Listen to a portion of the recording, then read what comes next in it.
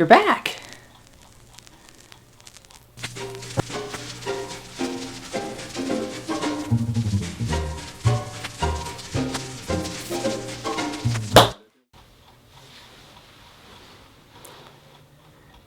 First thing today, before we take any pictures, I want you to look at the menu settings in your camera.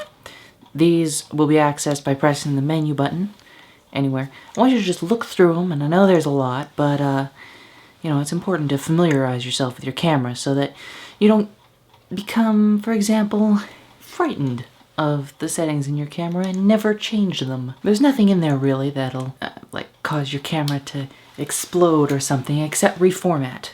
Don't ever do that. Voice of experience. And now that you've memorized your camera settings and read the manual, I want you to set your camera to auto and no, don't do that. Now, the real first thing that we're going to do is switch your camera into manual. Now, I know manual seems kind of scary because it is. It's more than a little bit scary. But trust me, this is where we need to be. But it has become less scary with the advent of digital technology. It used to be, back with film cameras, you wouldn't be able to see what your pictures looked like until you waited a couple of days and developed them. That cost money. Now, there aren't any development costs, really, unless you want to print them out. And so, what we're going to do is go outside. For today's exercise, you'll need some kind of interesting stationary object and a chair. Once you have located both of these things and confirmed that your camera is both powered on and switched to manual, what you're going to want to do is, for beginners, press this live view button right here. It makes it a lot easier to see what you're doing. On Canon, the image on here changes with the different settings that you change, but it doesn't seem to do it on Nikon. This knob here, controls your shutter speed, and you can see makes it different here, but lighter, darker. And this one, if you press AV and the knob up here and turn the knob, you'll notice it gets brighter and darker as well. But there's a difference between these two items, and it's a pretty important difference. The shutter speed is displayed here. You probably can't see it because we're in the bright sunlight, but the shutter speed is how fast your camera takes the picture. You know, like this. Like that. And your aperture is the other one, the button and the knob. That is a different thing that's kind of complicated. I could probably do a whole nother one of these videos on apertures, but for now, let's demonstrate it with this old film camera. Now on this camera, the aperture dial is along the side. And so if you look in the center here, as I adjust the aperture,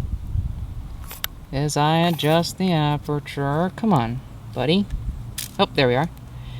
You'll notice that this thing opens and closes. You'll notice if we set it to its widest, 1.4, you can't even see the aperture at all. It's because it's completely open. 1, 2, 2.8, 4, 5.8, 8, 11, 16, 22. You know, and 22 is the smallest most cameras can go. And you'll notice that it's almost a pinhole. The larger the aperture number, the smaller the hole is going to be. This is a way to keep light from entering your camera, but it also somehow affects the range of things that you can have in focus. When you see these two images, you'll notice that the one on the left has a relatively wide aperture, f3.5, and only the part closest to us is in focus, whereas the one on the right has an aperture of 22, which is basically a pinhole camera, and everything is in focus. I don't understand how this works, but it does, and it's a good thing to keep in mind, and it's kind of confusing. I always remember it by thinking of it as fractions. And then, and this is very important, the meter. The meter. You'll see as I adjust the settings, it tells me if I'm -1 or -2 or 0, and it's seems kind of silly, but what that's doing is telling you whether or not your image is exposed. So if we go here to live view again, you'll notice the meter is now along the bottom, and works just as before. Now, see, we're in bright sunlight, so I can't really tell if my image is any good or not. And so, let's see, 8, it's a good beginner aperture. And we adjust the shutter speed accordingly until the little line is on the other little line. And then we take a picture, and I'll overlay it later, and we'll see it's a perfectly exposed image. Now, if we underexpose it by 1, and again I'm only adjusting the shutter speed, or overexpose it by 1, the meter's very important. It's saved me a lot of times. Especially in bright sunlight when you can't really see what's going on with your picture. Another feature is white balance. That's another one. If you leave it up to auto, the camera's going to give you its best approximation of what the image should look like, but it really has no idea.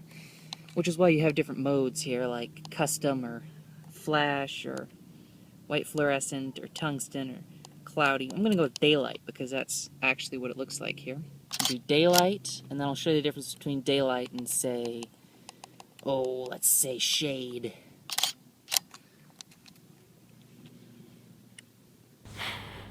Okay, and remember, and this is something I forgot to mention here, remember to focus.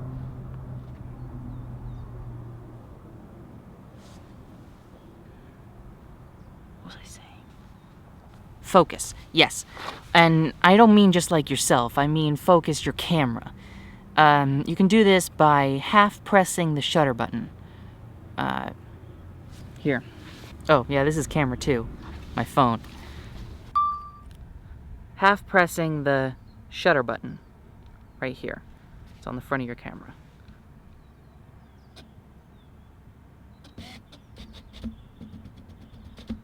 When the camera stops moving, that means that your picture's focused.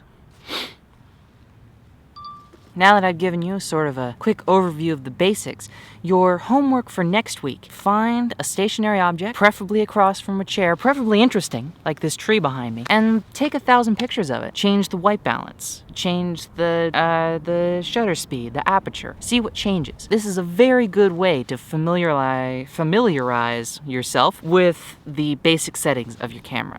That's it for this one. See you next time.